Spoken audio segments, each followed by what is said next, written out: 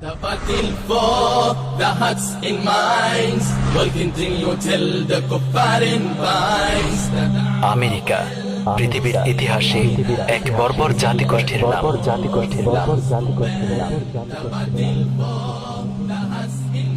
1924 সালে ক্রুসেড রাষ্ট্রগুলোর সম্মিলিত প্রচেষ্টায় নেতৃত্বের আসন থেকে ছিটকে পড়ে মুসলিম উম্মাহ, হারিয়ে যায় উসমানী খেলাফা। কালের পরিক্রমায় ইহুদি নিয়ন্ত্রিত দাজ্জালি বিশ্ব ব্যবস্থায় মুসলিম উম্মাহ আজ হয়ে পড়েছে শোষিত শ্রেণীর জনগণ।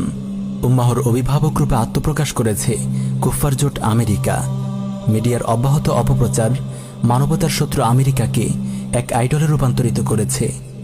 দাজ্জালি মিডিয়া আমেরিকাকে মানবতার বন্ধু, উত্তম আদর্শ, অনুসরণীয় ও অনুকরণীয় ইত্যাদি রূপে উপস্থাপনের চেষ্টা করলেও তাদের জঘন্য কালো অধ্যায়গুলো নিয়ে কখনোই টু শব্দ পর্যন্ত করে না, কথা বলে না বিশ্বব্যাপী তাদের চালানো গণহত্যার সেই বর্বরচিত ইতিহাসগুলো নিয়ে।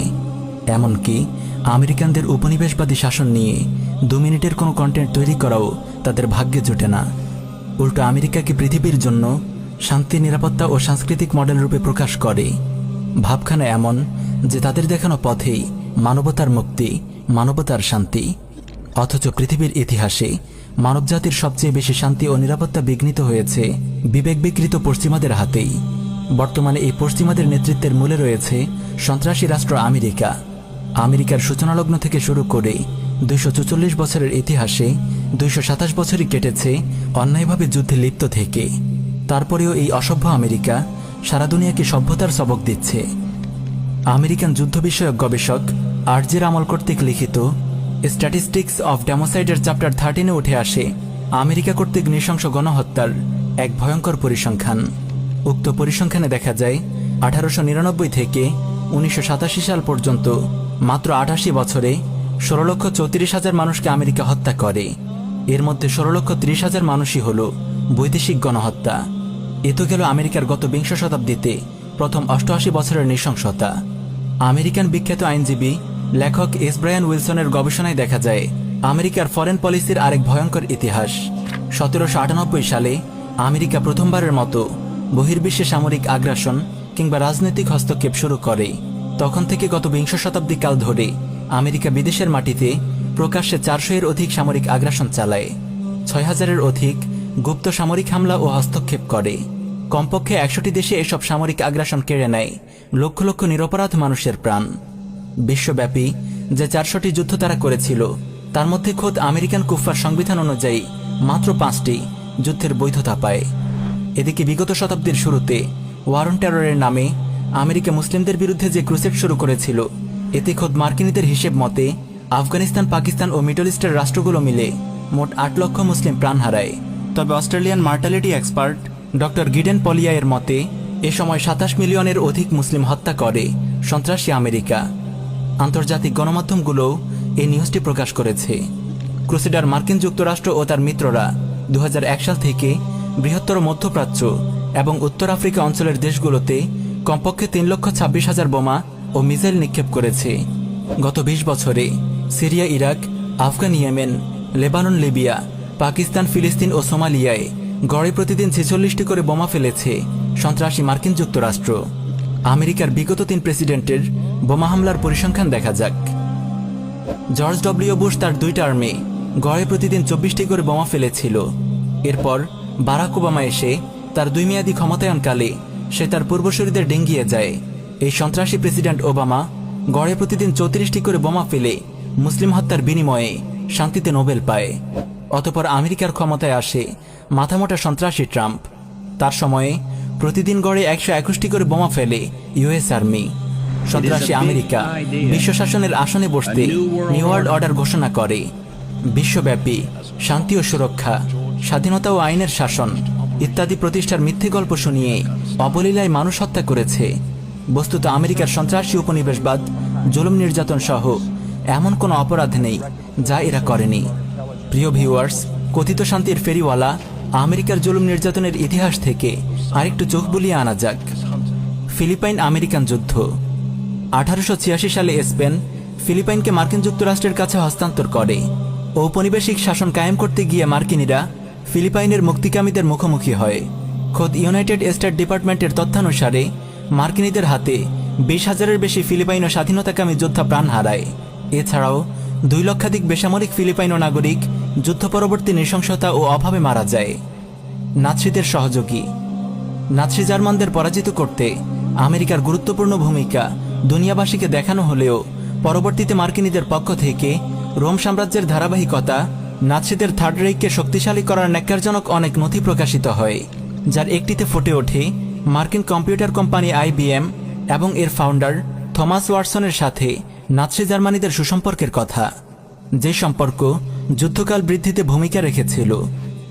নিউক্লিয়ার হামলা। দ্বিতীয় বিশ্বযুদ্ধে মার্কিন মিত্রশক্তি জোটের অপ্রতিরোধ্য জয় সত্ত্বেও আমেরিকা জাপানের হিরোশিমা নাগাসাকিতে নিউক্লিয়ার বোম বিস্ফোরণ করে 2 লক্ষাধিক বেসামরিক জনগণকে হত্যা করেছিল। এটি পৃথিবীর ইতিহাসে একমাত্র সশস্ত্র হামলা যাতে নিউক্লিয়ার ওয়েপন ব্যবহৃত হয়েছিল।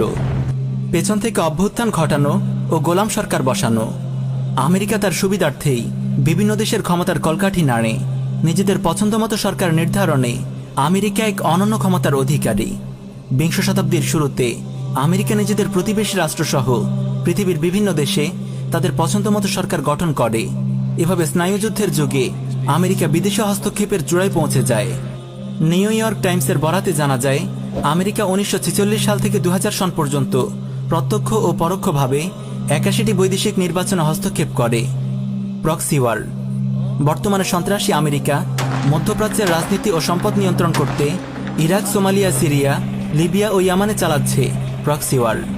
উন্নত মানের অস্ত্র, ড্রোন প্রশিক্ষণ, সৈন্যবাহিনী এবং আন্তর্জাতিক আইনি সহায়তা দিয়ে এ সকল যুদ্ধের আগুন তীব্র থেকে তীব্রতর করছে। বুলেট মিসাইলের হামলায় হাজার হাজার মুসলিম নারী, পুরুষ, বৃদ্ধ ও শিশু প্রাণ হারায়। লক্ষ লক্ষ মুসলিম পরিবার হয় বাস্তুচ্যুত। খাদ্য, চিকিৎসা ও নিরাপত্তার অভাবে এ সকল দেশের মুসলিমরা আজ ভয়াবহ দুর্দিন পার করছে। সন্ত্রাসী আমেরিকার নিকৃষ্ট প্রক্সিওয়ারগুলোর মধ্যে অন্যতম ভুক্তভোগী হল ইয়েমেন। আমেরিকার মদতপুষ্ট গোলাম সৌদি সরকারের আরোপিত অবরোধে, নিরাপদ খাদ্যের অভাব, অপ্রতুল চিকিৎসা ও রোগব্যাধিতে ইয়েমেনের মুসলিম নারী, পুরুষ ও শিশুরা নির্মমভাবে বিপর্যস্ত। সেই সাথে বিমান হামলা ও রকেট হামলার হত্যাযজ্ঞ তো আছেই। জাতিসংঘের হিসেব মতে দেশের 80% মানুষের মানবিক সহায়তা প্রয়োজন। 2017 সাল থেকে আমেরিকা নিজেদের অপরাধ ঢাকতে ইয়েমেনে মোট $721 মার্কিন সহায়তা দেয়। তবে এই প্রক্সিওয়ার যুদ্ধ থেকে আমেরিকান কোম্পানিগুলো বিলিয়ন বিলিয়ন ডলার আয় করে নিয়েছে। রেডিয়ন ও জেনারেল ডাইনামিক্স অব বোয়িং, এই দুটি আমেরিকান কোম্পানি সৌদি সরকারের নিকট যুদ্ধাস্ত্র ও যুদ্ধবিমান বিক্রয় করে লাভ করে প্রায় $6.5 বিলিয়ন মার্কিন ডলার। এর আগেও সমাজতন্ত্রকে মোকাবেলা করতে আমেরিকা বিভিন্ন দেশে সশস্ত্র বাহিনী প্রেরণ করে প্রক্সিওয়ার চালায়। এ সকল যুদ্ধে ব্যাপক গণহত্যা সংঘটিত হয়। ভিয়েতনাম ও কোরিয়ান যুদ্ধ এমনই দুটি রক্তক্ষয়ী যুদ্ধ। আমেরিকা ভিয়েতনামের সাথে জড়িয়ে পড়ায় 3,65,000 মানুষকে প্রাণ দিতে হয়েছিল। এ যুদ্ধে মার্কিন সৈন্যরা নিরস্ত্র নাগরিকদের ওপর নির্মম ম্যাসাকার চালায়, ইতিহাসে যা মাইলে ম্যাসাকার নামে পরিচিত। সে সময় আমেরিকা ব্যাপকভাবে রাসায়নিক যুদ্ধাস্ত্র ব্যবহার করেছিল।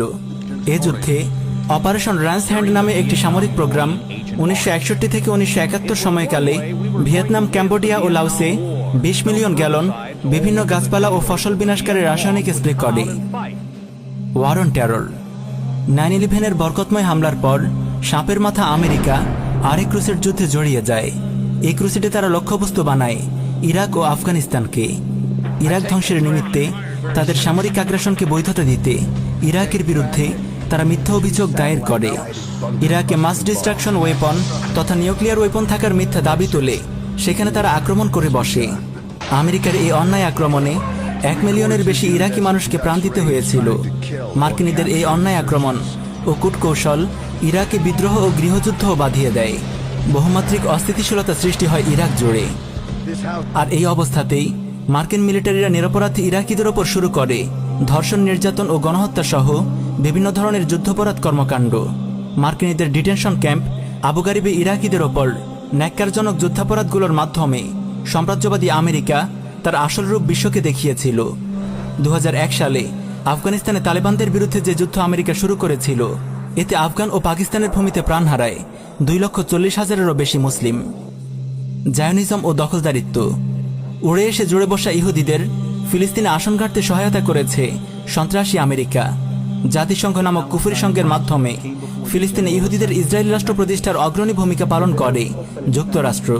প্রায় 70 বছর ধরে ইহুদিরা তিলে তিলে ধ্বংস করে দিচ্ছে আমাদের প্রিয় বাইতুল মাকদিস। ইসরায়েলের ইহুদি সন্ত্রাসীরা ফিলিস্তিনি মুসলিমদের ওপর যুগ যুগ ধরে যে নিপীড়ন চালিয়ে আসছে তার মূলে রয়েছে আমেরিকা। অন্যায়ভাবে অবরুদ্ধ করে গাজা অঞ্চলকে ধ্বংস করে দেওয়ার পায়তারা করছে লাআনতপ্রাপ্ত ইহুদিরা। এক্ষেত্রে ইসরায়েলকে সরাসরি সমর্থন জুগিয়ে আসছে ক্রুসেডার যুক্তরাষ্ট্র। চলতি বছরের রমাদান মাসে অবরুদ্ধ গাজা উপত্যকায় মাত্র 2 মিলিয়ন মুসলিমদের ওপর 11 দিন ধরে বিমান হামলা চালায় ইহুদিবাদী ইসরায়েল। এতে প্রাণ হারায় 243-এর অধিক ফিলিস্তিনি নাগরিক, যার মধ্যে ছিল 100-র মতো নারী ও শিশু। ইসরায়েলের অবৈধ দখলদারিত্বের বিরুদ্ধে জাতিসংঘের সিকিউরিটি কাউন্সিলের 53টি সমালোচনার বিরুদ্ধে ভোট দেয় মার্কিন যুক্তরাষ্ট্র। মুসলিমদের ওপর জাতিগত উচ্ছেদ, হত্যাযজ্ঞ, মুসলিমদের বাসস্থানে বিমান হামলা, প্রতিবাদকারীদের ওপর হামলা, আল-আকসায় হামলা, সাংবাদিকদের ওপর হামলা, নিরস্ত্র নারী পুরুষ ও শিশুদের ওপর সহিংসতা সত্ত্বেও যুক্তরাষ্ট্র দ্ব্যর্থহীনভাবে ইসরায়েলকে শুধু সমর্থন করেই ক্ষান্ত হয়নি, বিপুল পরিমাণ অর্থনৈতিক ও সামরিক সহায়তাও প্রদান করেছে। আমেরিকার কাছ থেকে পৃথিবীর আর কোনো রাষ্ট্রই এত পরিমাণ সহায়তা পায় না যা পায় ইহুদি রাষ্ট্র ইসরায়েল। বিশ্বব্যাপী স্বাধীনতা, সাম্য ও ন্যায় বিচার প্রতিষ্ঠার আড়ালে আমেরিকা মূলত তার ঔপনিবেশিক সাম্রাজ্যই প্রতিষ্ঠা করতে চায়। আদতে একটি দাজ্জালি বিশ্ব ব্যবস্থা বই আর কিছুই নয়।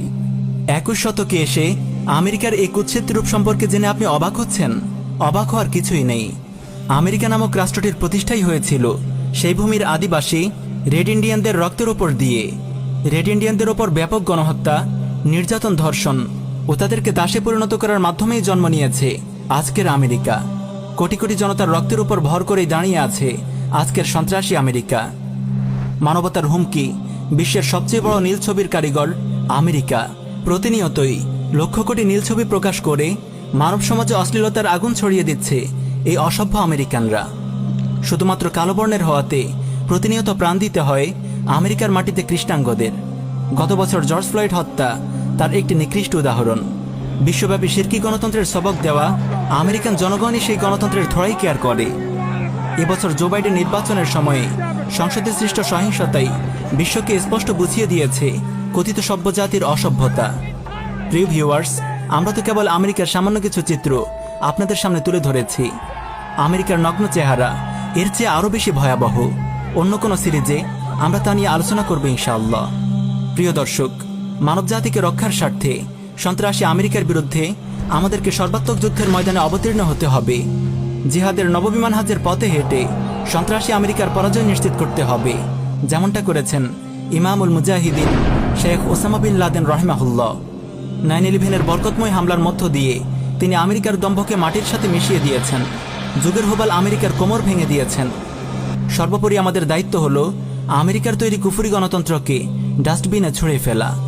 বস্তুত গণতন্ত্র, সমাজতন্ত্র, পুঁজিবাদ ইত্যাদি হচ্ছে আমেরিকার সমস্ত দোষ ঢাকা দেওয়ার মূল হাতিয়ার। তাই এসব কুফরি মতবাদকে ধ্বংস করা ছাড়া কোশ্চিনকালেও আমেরিকার পতন ডেকে আনা সম্ভব হবে না। মানবতার শত্রু আমেরিকাকে ধ্বংস করতে হলে তার রচিত সমস্ত মতবাদকে প্রত্যাখ্যান করতে হবে। দাওয়াহ ও জিহাদের নববিমান হাজের পথে হেঁটে আল্লাহর জমিনে আল্লাহর আইন বাস্তবায়ন করতে হবে। খেলাফতের চেতনায় উজ্জীবিত হয়ে তাওহীদের পথে হাঁটতে হবে। মহান আল্লাহ তাআলা আমাদেরকে তৌফিক দান করুন। আমিন ইয়া রাব্বাল আলামিন।